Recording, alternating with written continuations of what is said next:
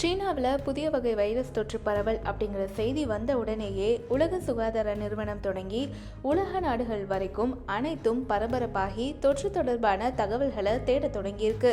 இந்த தேடலும் அதன் கூடவே ஒட்டி கொண்ட பதற்றமும் இயல்பே அப்படின்னு சொல்லக்கூடிய அளவுக்கு கடந்த 2019 டிசம்பர்ல சீனாவின் ஊஹான் நகர்ல பதிவான கரோனா பாதிப்பு உலகம் முழுவதும் பெரும் தாக்கத்தை ஏற்படுத்துச்சு.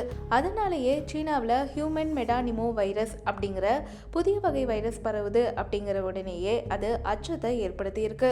உலக நாடுகளும் எச்சரிக்கையுடன் அதை அணுக தொடங்கியிருக்கு. HMV வைரஸ் அப்படின்னா என்ன? இதை மிக எளிமையாக சொல்லணும் அப்படின்னா சாதாரண சளி தொல்லையை ஏற்படுத்தக்கூடிய ஃப்ளூ வைரஸ் போன்றது தான் அப்படின்னு சொல்லலாம். சுவாச பாதையில் பாதிப்பை ஏற்படுத்தக்கூடிய மற்றும் ஒரு வைரஸ் இது. இந்த வகை வைரஸ் பாதிக்கப்பட்ட ஒரு நபர்கிட்ட இருந்து இன்னொரு நபருக்கு பரவும்.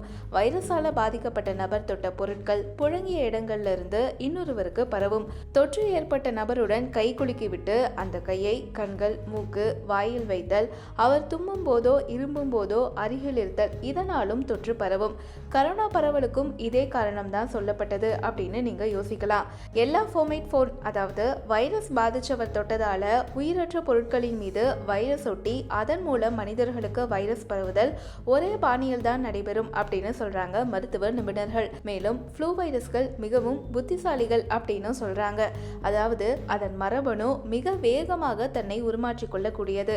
அதனால வழக்கமான ஃப்ளூ வைரஸ் மனிதர்கள் கிட்ட சற்று கவனிக்கத்தக்க பாதிப்பை ஏற்படுத்தும் வைரஸா உருமாறும் போது அதற்கு பெயரும் கூடவே அதனை சுற்றிய பரபரப்பும் அதிகரிக்குது அப்படின்னு மருத்துவ நிபுணர்கள் சொல்றாங்க. ஃப்ளூ வைரஸின் மரபணுவில் இருக்கும் தகவமைத்து உருமாற்றிக் கொள்ளும் வேகத்துக்கு நம்மால் ஈடு கொடுத்து பெயர் வைக்க முடியாது.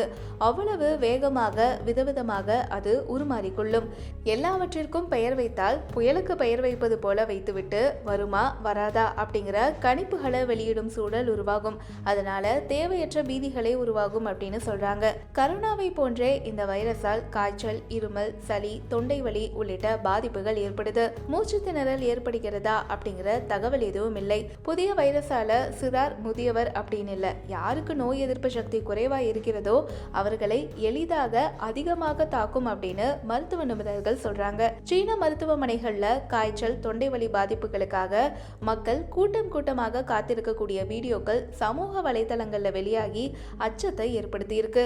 சீனாவுடைய பல்வேறு பகுதிகளில் அவசர நிலை அமல் செய்யப்பட்டிருப்பதாகவும் தகவல் வெளியாகி இருக்கு.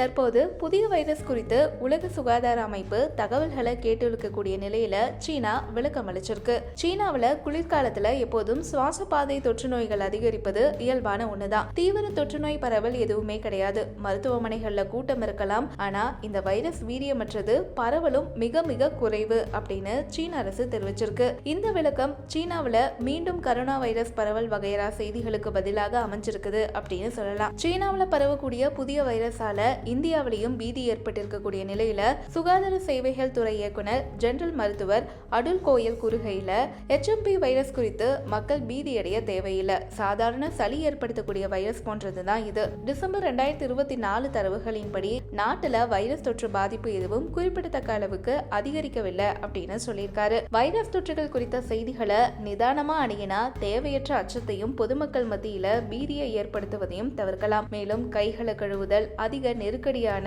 காற்று மாசு நிறைந்த பகுதிகளுக்கு செல்லும் போது முகக்கவசம் அணிந்து கொள்ளுதல், தனிப்பட்ட சுகாதாரத்தை பேணுதல் போன்ற பழக்கங்களை வழக்கமாக்கி கொண்டா வைரஸ் தொற்று காலத்துல மட்டுமல்லாது எப்போதுமே நம்முடைய பாதுகாப்பை அது உறுதி செய்யும்.